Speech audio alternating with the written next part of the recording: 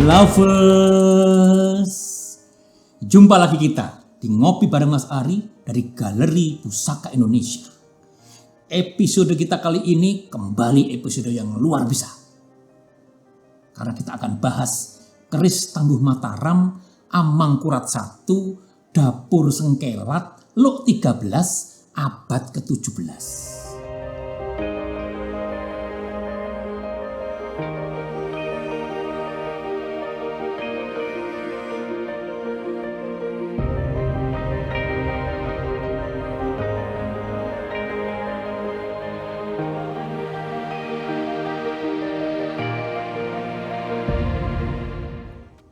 Episode ini merupakan kelanjutan cerita dari tayangan Cakraningrat, raja yang diangkat oleh Panembahan Hanyokrokusumo untuk menjadi Raja Madura.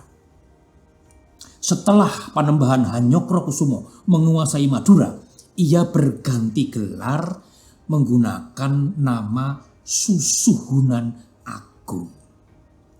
Kemudian setelah mendapatkan approval kesultanan dari Ottoman Empire, maka pada tahun 1641 secara sah, endorse, approve, berhak menggunakan gelar Sultan, sehingga bernama Sultan Agung. Dan Mataram berubah menjadi kesultanan. Sayangnya beberapa tahun kemudian ia mangkat dan digantikan oleh putranya yang bergelar Amangkurat Agung. Ada yang menarik di dalam pengangkatan Amangkurat Agung yang nama aslinya adalah Raden Mas Saidin. Jadi begini, Sultan Agung itu sebenarnya jauh sebelumnya sudah menunjuk Pangeran Anom atau putra mahkota, yaitu Raden Mas Alit. Nah, Raden Mas Alit adalah putra Ratu Kulon. Raden Mas Saidin putra Ratu Wetan. Nah, jadi setelah pernyataan tersebut, Raden Mas Alit kan tentunya yakin bakal dia yang diangkat, yang sudah di-announce. Tetapi kemudian Sultan Agung yang sakit parah sebelum wafat, sepertinya didekati, dibisiki, dibujuki oleh Ratu Wetan untuk mengangkat anaknya menjadi raja. Maka ketika wafat, tahu-tahu Ratu Wetan dapat titah baru dari raja untuk mengangkat Raden Mas Saidin. Kaget toh Raden Mas Alit. Tapi ya bertubung titah raja ya sepi, nurut. Ya gondok ya pasti toh. Jadilah pada tahun 1646 ketika naik tahta, Amangkurat Agung ini langsung melakukan langkah-langkah ekstrim. Dia lakukan reshuffle kabinet. Orang-orang yang pro Pangeran Alit semuanya disingkirkan untuk menghindari bahaya laten. Itulah yang dilakukan oleh Raden Mas Saidin. Yang lebih menghebohkan adalah terbunuhnya Tumenggung Wiroguna. Ini tokoh yang luar biasa. Karena banyak yang tahu kalau antara Raden Mas Saidin dan Tumenggung Wiroguna, keduanya ada persoalan pribadi. Tumenggung Wiroguna ini kan panglima perangnya Sultan Agung, kepercayaan, orangnya dikdaya. Nah, dulunya ini dia pernah melaporkan kepada Sultan Agung bahwa Raden Mas Saidin ini mengambil istrinya. Itulah yang membuat Sultan Agung murka. Dan sepertinya itulah alasan mengapa Sultan Agung tidak memilih Raden Mas Saidin sebagai putra mahkota pada saat itu dan memilih Raden Mas Alit.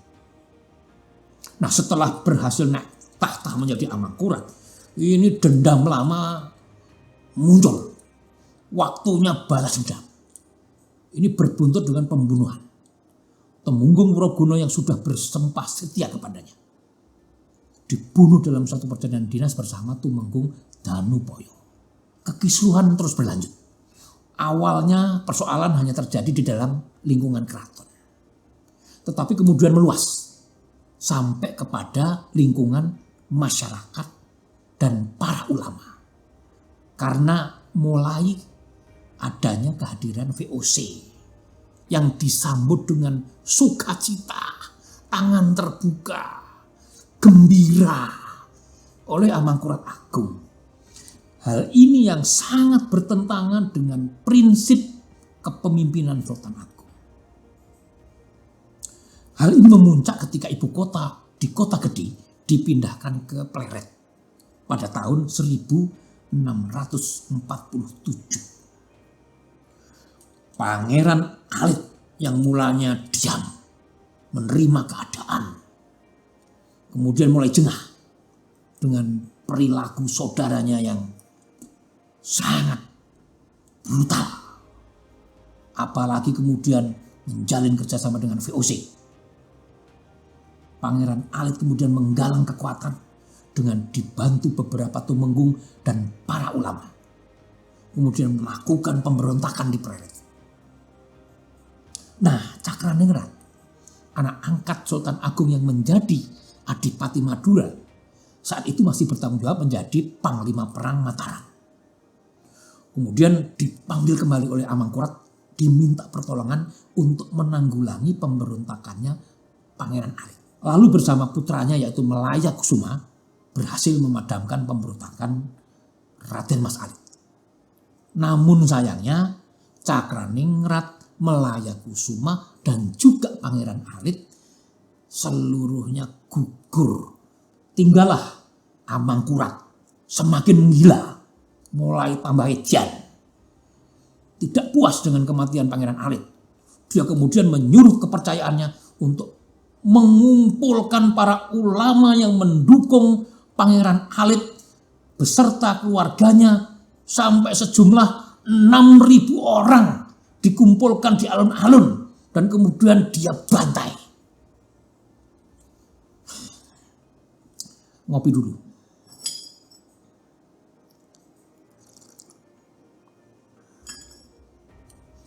Fakta sejarah kadang-kadang menyakitkan kalau kita ceritakan kembali. Bayangkan suasana pada saat itu. 6.000 orang baik dikumpulkan dan dibantai karena ambisi.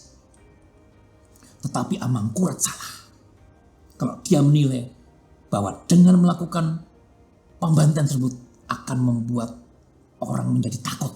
Salah besar. Dia telah menciptakan martir. Dalam konteks sosiologi ini cara terburuk untuk membuat masyarakat takut. Hal ini justru menimbulkan dendam. Stupid move. Jangan pernah menciptakan martir dalam setiap perjuangan apapun. Dalam konteks agama pun, kezaliman pasti akan datang hari pembalasan. Pembalasan itu tiba 30 tahun kemudian. Amangkurat Agung yang menabur angin mulai merasakan badai.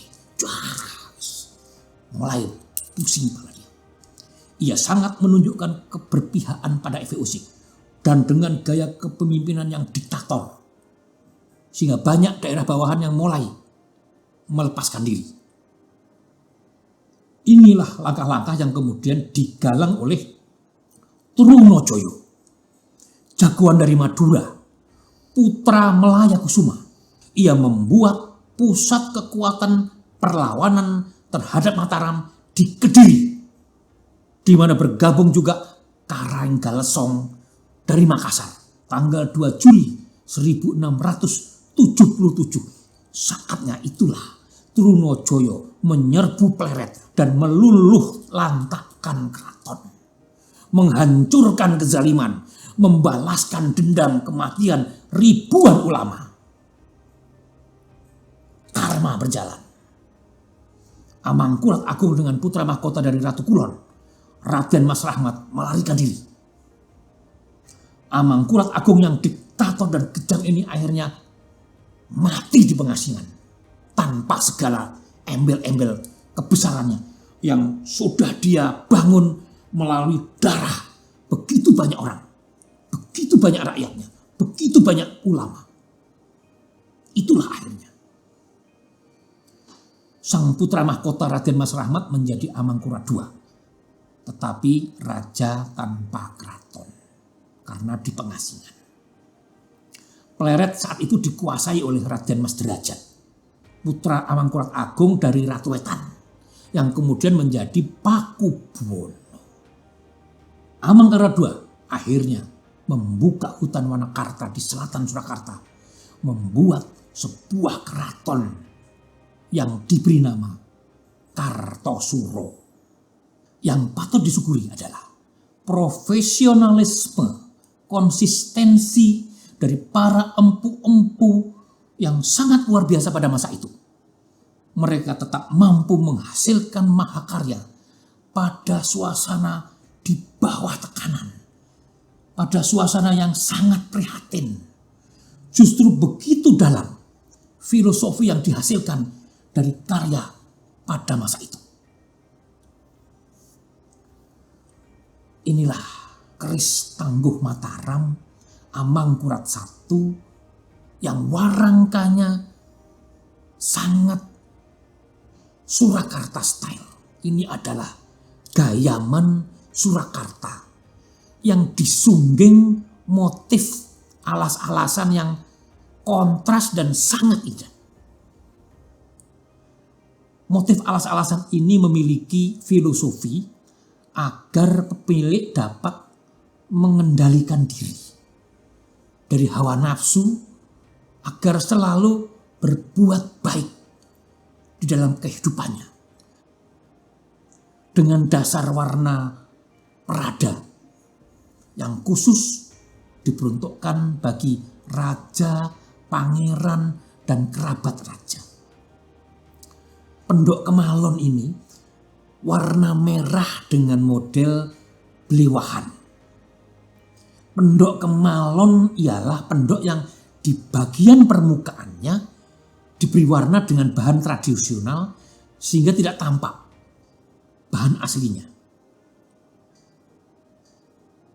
Nah, bicara pendok, ini ada beberapa warna yang klasifikasinya itu berbeda-beda berdasarkan tingkatannya. Warna merah itu untuk raja, pangeran, dan kerabat raja.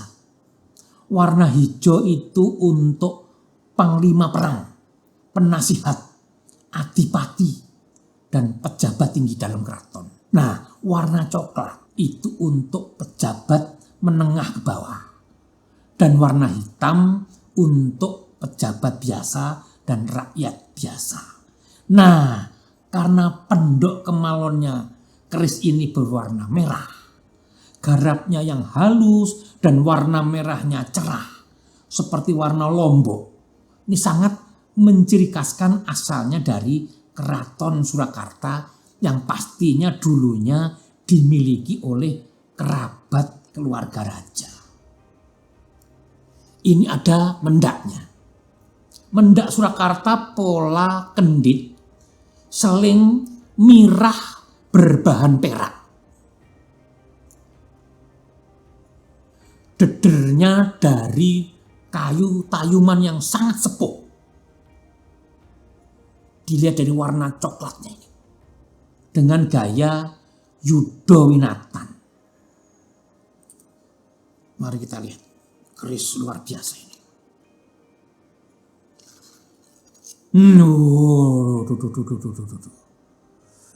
Auranya sangat luar biasa. Pusaka yang hari ini kita babar yaitu pusaka keris dapur sengkelat Luk 13 Tangguh Mataram Amangkurat. Fisiknya dari model pasikutannya yang gagah besar. Gambaran pamornya itu terkesan seperti mengambang. Warna besinya juga agak keputihan. Dan panjang kerisnya yang luar biasa sampai 39 cm. Ciri lain yang lebih spesifik yaitu terlihat dari model kembang kacang dan model gonjowuwung. Tetapi di bagian buntut urang yang terdapat gereneng dan neri pandan. Posisinya terlihat agak miring. Rician pada dapur sengkelat Luk 13, yakni ada kembang kacang, ada yang dilengkapi jenggot, dan ada yang tidak. Lambe gajahnya hanya satu. Sogokannya rangkap. Kemudian ada serawean, ada ripandan, ada greneng, ada kruwingan. Dan yang luar biasa, ada kinatah emas 5 wedana. Di bagian gandik ada 2, samping gonjo ada 2, bagian bawah gonjo juga ada kinatah emasnya. Motifnya lunglungan dan kembang dengan bentuk 3 dimensi pada bawah gonjo yang sangat artifisial. Dapur yang sangat digemari hingga saat ini dan selalu menjadi pusaka-pusaka kerajaan dan keraton di tanah Jawa. Nama dapur Sengkelat pertama kali lahir saat empu legendaris The Greatest Empu Supomandrangi membuat satu pusaka. Pada saat pembuatan pusaka tersebut, besi yang ditempa menimbulkan semburat warna merah. Sehingga oleh Empu Supomandrangi dinamailah pusaka tersebut. Pusaka Keris Sengkelat Luk 13. Dapur Sengkelat mempunyai makna sebuah cahaya hati yang bersifat luhur. Makna dari jumlah luknya yang 13 dalam kasanah Jawa ialah triwelas, yaitu welas ing sesami, welas ing satoiwen, welas ing tetuwuhan. Semua itu diarahkan kepada keselarasan dalam hidup. The synergy of life. Hubungan manusia dengan memposisikan Tuhan Yang Maha Esa sebagai inti dari semua kehidupan manusia dengan sesamanya, dengan makhluk yang lain, hewan, tumbuhan, dan alam sekitarnya. Sebuah sinergi keseimbangan kehidupan. Keris dengan dapur Sengkelat mempunyai tuah filosofi agar si pemilik dapat selalu mengatur hubungan yang seimbang, yang balance, di mana Tuhan Yang Maha Esa sebagai yang utama. Lalu kemudian hubungan antar sesama, antar teman, antar keluarga, bahkan juga dengan menghargai ciptaan Allah, makhluk hidup lainnya, tumbuhan dan hewan, menjaga lingkungan. Semua menjadi bagian dari lifestyle, filosofi laku kehidupannya. Sehingga kewibawaan dan derajat pemiliknya dapat meningkat. Jabatan atau peran yang akan dicapai atau yang sedang diemban dapat terwujud dan sukses. Bermanfaat untuk orang banyak. Tidak menyakiti hati orang lain. Inilah yang disebut berkah. Selalu dijadikan panutan serta dijunjung tinggi oleh masyarakat dan bawahannya di dalam kehidupannya. Inilah kesempurnaan di dalam menjalani kehidupan secara seimbang. Pamor pada keris ini menurut pendapat Mas Ari ini pedaringan kebak. Karena dapat dilihat dari bentuknya yang bundar, yang terdiri dari beberapa lapisan ini ada bercak-bercak putihnya. Keris ini karena berpamor pedaringan kebak, maka tergolong pamor tiban. Pedaringan kebak yang maksud dan filosofinya sudah Mas Ari bahas pada episode sebelumnya. Memiliki maksud dan tujuan yang sejalan dengan filosofi pada dapur Sengkelat. Artinya, bila pemiliknya sudah memiliki derajat dan wibawa yang tinggi, serta memiliki harta yang berlimpah, itu sudah pasti cita-cita kehidupan yang selalu diinginkan setiap orang. Tak heran bila keris dengan dapur Sengkelat sangat diminati oleh banyak orang. sampai pejabat, bupati, petinggi pemerintahan, sampai dengan saat ini. Dan pasti keris ini bukan ageman Amangkurat Agung. Karena tidak cocok dengan sifat-sifat kediktatorannya. Pesan dari Mas Ari untuk mereka yang mempunyai kuasa. Janganlah menggunakan cara-cara kediktatoran. Tapi gunakan cara-cara sebagaimana pemegang keris ini. Yaitu mendapatkan keberkahan. Galeri kita masih punya ratusan pusaka Indonesia lainnya. Untuk itu Lovers langsung subscribe channel yang luar biasa ini. Dan nyalain loncengnya, kluntang, kluntung. Biar nggak ketinggalan ngopi bareng Mas Ari. Lovers boleh komentar di bawah kalau ada kritik dan saran terkait pusaka yang kita bahas di episode kita kali ini. Atau mau request pusaka apa yang mau dibahas bareng Mas Ari, silahkan. Atau mau berjodoh dengan pusaka koleksi Galeri Pusaka Indonesia, silahkan hubungi WA berikut ini. Mas Ari mengucapkan beribu terima kasih atas semua respon luar biasa, semua follower, viewer, subscriber yang terus mengikuti channel ini. Terus ikuti dan terus ambil nilai-nilai sejarah, nilai-nilai budaya, dan cintai pusaka. Jangan ngaku pecinta pusaka kalau belum ngopi bareng Mas Ari. Saya bukan.